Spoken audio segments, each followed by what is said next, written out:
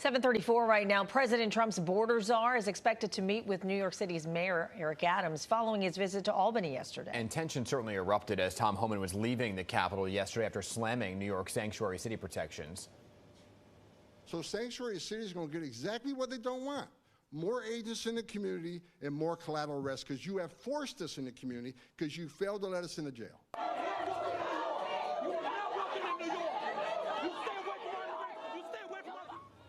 This was the border czar's first trip to Albany, where he held closed-door meetings with Republican lawmakers. And this morning, we're joined by State Assembly member Michael Tannousis, who represents the 64th District, which includes Staten Island, parts of Bay Ridge. And he was in the room where it happened. So, Assemblyman, great to have you here. Thank you both for having me. So let's talk about this, because it all is what happened behind closed doors, right? Tom Homan speaking to your delegation, the GOP delegation. How long was the meeting? What exactly did you discuss behind closed doors?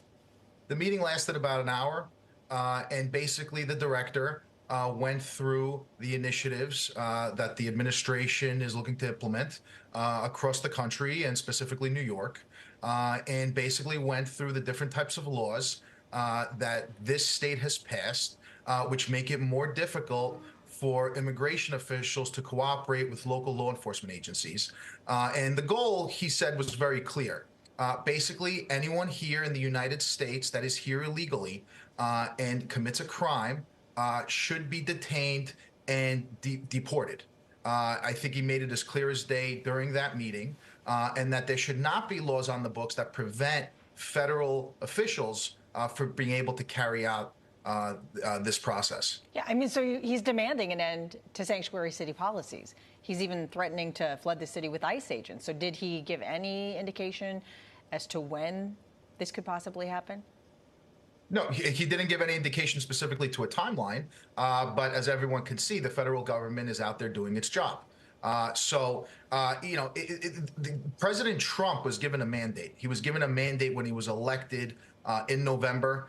His numbers in New York State, as you both know, were higher than they've ever been before. And I think there is a sense, definitely among my constituents, definitely among New York State residents, that they're sick and tired of the crime rates, that they're sick and tired of their government spending taxpayer dollars to fund the potential 8 billion people that live around the globe and want to move to New York City while they struggle to put food on the table for their families. So this is something that needed to be addressed. The president was mandated to address it, and that is exactly what he's doing now. So we are. By who? When you say mandated, you mean by voters? By the voters. Okay, so here's the thing. The laws are the law, right? So the sanctuary city laws and the laws that you're talking about that prevent the local law enforcement from working with ICE, so on and so forth, that's the law. So how do you foresee that moving forward, and how does Mr. Homan see working, I guess, with Mayor Adams and so on and so forth, if those laws are in place?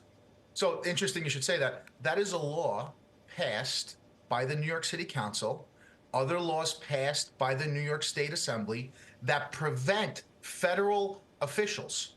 It prevents cooperation between local agencies and federal officials. Think about that, Dan. You are telling a federal official who's in a different level of government how and the process by which they can do their jobs. Or better yet, you are preventing them from doing their jobs. So it is, obviously the director has met with the mayor of New York City.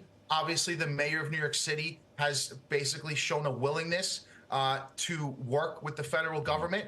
And these laws, in my opinion, are absolutely absurd. They are absurd. As crime continues to rise, my constituents are afraid to use the subways. They are afraid to walk in the streets of Manhattan and the streets of Brooklyn and the streets of Staten Island, for that matter. I hear what you're saying, but then there are folks who, on the other end of the argument, are afraid to walk the streets and go to school because they're afraid that they're going to be deported just for being here. And so that's why that's where the law comes into play, right? And then you look at somebody like Mahmoud Khalil, and he was a green card holder, and I'm not sure if that came up in the meeting as well yesterday, but that was a large part of why we saw those protesters in the hallways of Albany. Did that come up? That specifically did not come up. I myself, because I've been up in Albany dealing with the budget, I have not. I've been getting information on that case in piecemeal. But I do want to say one thing. I'm the son of immigrants. Okay, my parents came here with nothing, and they worked hard for the American dream. My parents never got arrested. My parents never got accused of a crime or convicted of a crime or went out there committing crimes. We are not against immigration. Immigration is what makes New York City so great.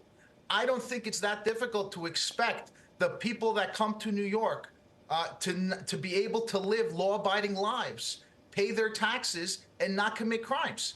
And I don't think it's a stretch to want the people that do to face the federal government in terms of possible deportation. Now, I'm not speaking specifically about this individual. Like I said, I have not been able to really take a good look at his case.